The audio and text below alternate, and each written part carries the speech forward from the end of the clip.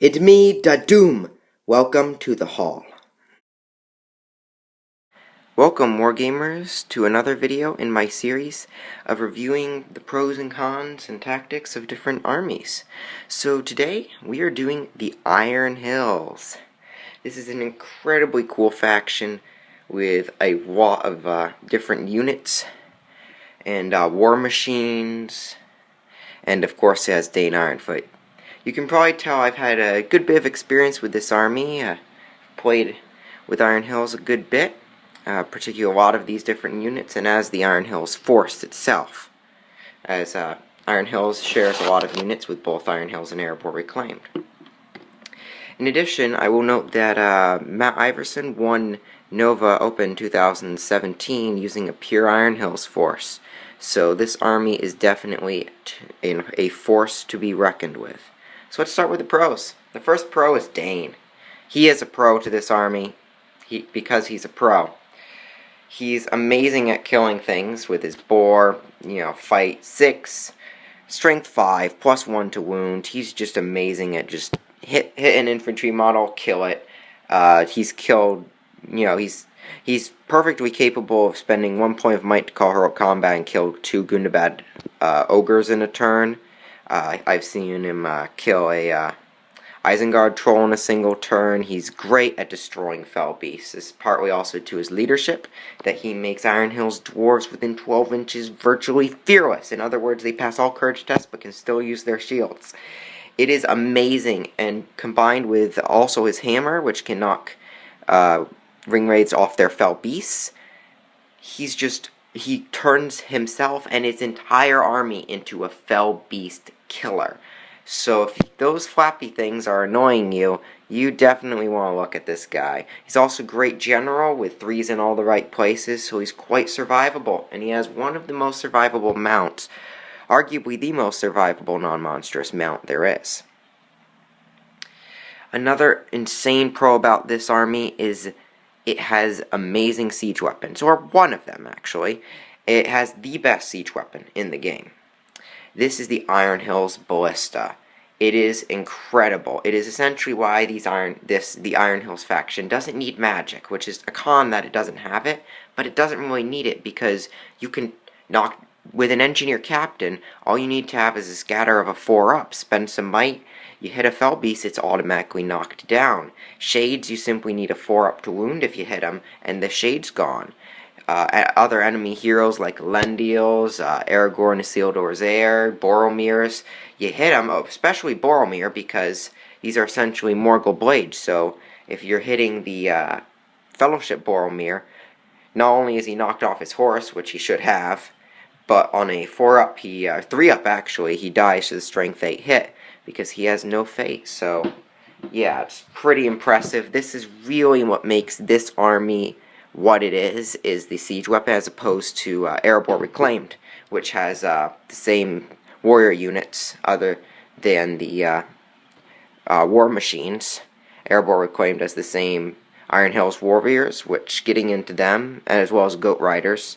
And while getting into these guys, and Dane and the captains are also on both lists. But getting into the warriors, they are arguably the best infantry and possibly one of the 1 or 2 best warrior units, standard warrior units. The other possibly is Rivendell Knights.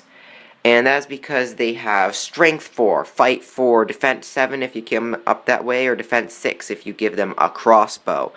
So these guys are winning shooting wars. They are just staying where they are. They can shield things off, spear support, and with a Strength 4 they are killing. They are an amazing infantry unit, and combined with Dane they become fearless. So they are absolutely amazing. They also have the Goat Riders, which provide more mobility than most dwarves have.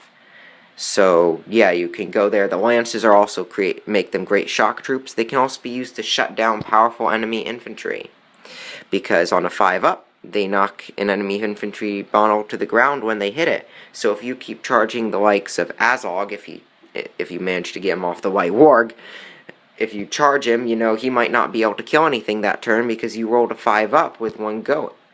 And should you win somehow, you actually deal a lot of damage with that lance and strength 4. One of the only two models to have both of those at once of warriors.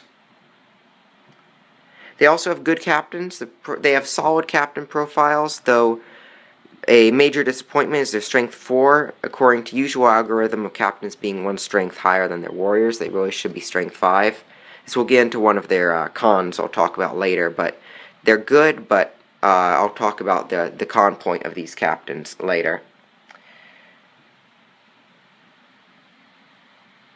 They also have high survivability, which I mentioned, just across the board. You know, all heroes are pretty much defense 8, unless you arm a captain up with a Maddock for some reason.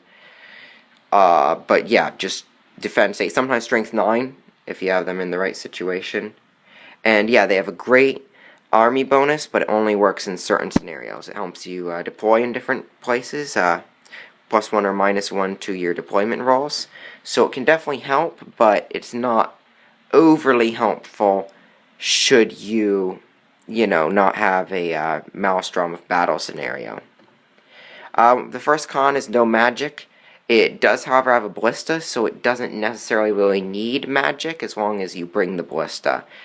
The captains, as I mentioned, don't have strength 5, so they really hit only as hard as, maybe a King of Men or a Captain of Gondor.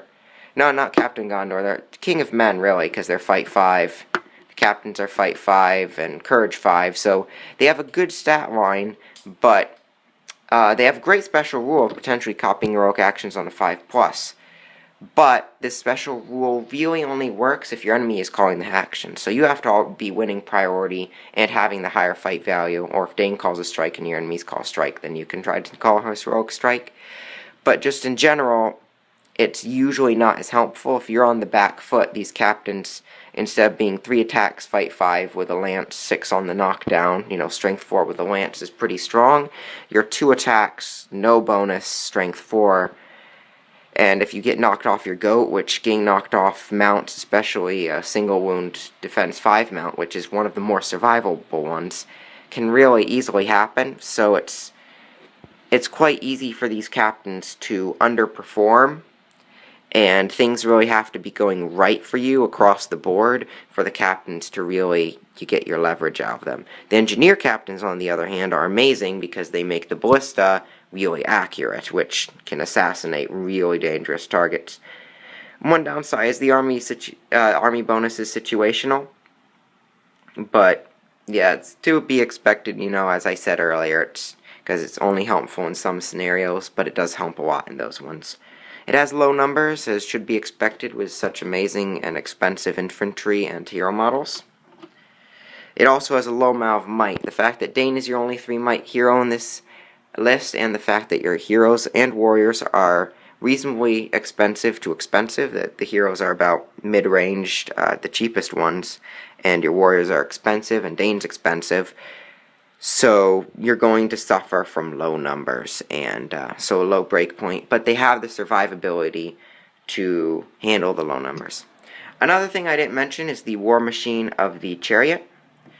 And so this can be amazing at killing troops and even heroes in some scenarios, because it does count as cavalry, so it's actually great cavalry killers.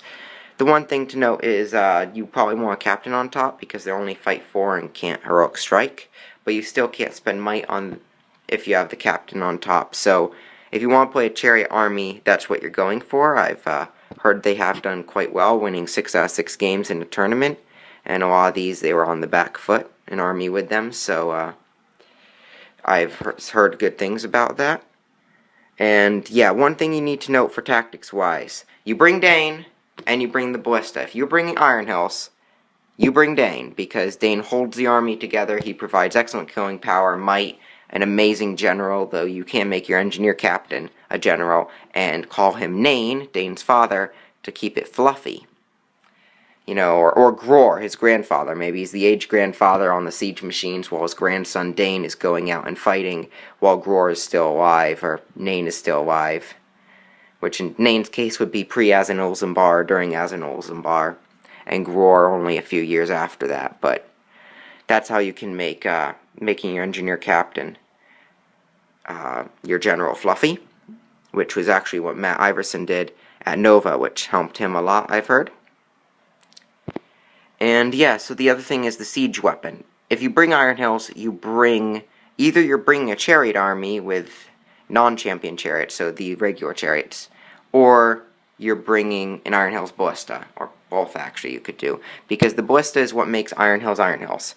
If you don't want to bring the ballista, and you're not, the idea of we can have lots of captains with the warriors and Dane, but to be honest, unless the tournament, you're going into a ton of Maelstrom and deployment scenarios where the army bonus is really going to help you, Erebor Reclaimed has better heroes than the captains. So honestly, if you're not bringing the ballista, you really should be playing Erebor Reclaimed and not, or if you're bringing chariots, that's also okay, but otherwise you should be playing Erebor Reclaimed and not Iron Hills. So Iron Hills excel at the defensive idea of shoot your enemy with crossbows and the ballista and just kill key targets when they're coming into you, destroy the enemy, kill lots of warriors on the way in, and then be a rock solid, incredibly hard to kill force. Even if your opponent has magic and is transfixing Dane, should he be in a safe place, which, if you're figuring he's going to be transfixed, you could do, or put him on the outskirts as long as he's not getting surrounded or hit into by, like, the Knight of Umbar, he should be okay. And if you're getting hit into the Knight of Umbar, you clearly were not doing so well with knocking the Knight of Umbar off his Fell Beast with your ballista.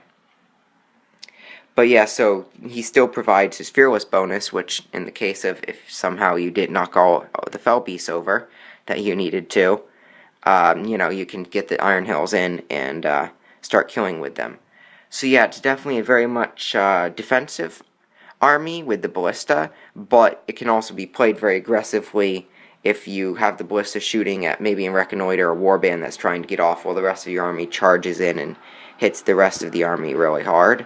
So it's really an amazing force, and yeah, it's definitely played with the ballista though, Dane and the ballista. If you're not playing the ballista, you should be playing Erebor Reclaimed. But yeah, it's just an amazing army. It looks amazing on the battlefield, and is, in my opinion, a lot of fun to play. So yeah, so be sure. I hope this helped you, and if you're wondering if you should pick up an Iron Hills force or how to play one if you have one, so be sure to like, comment, share, and subscribe. Support your Hobbit hobby, and Akman Ruki Astu. Thank you.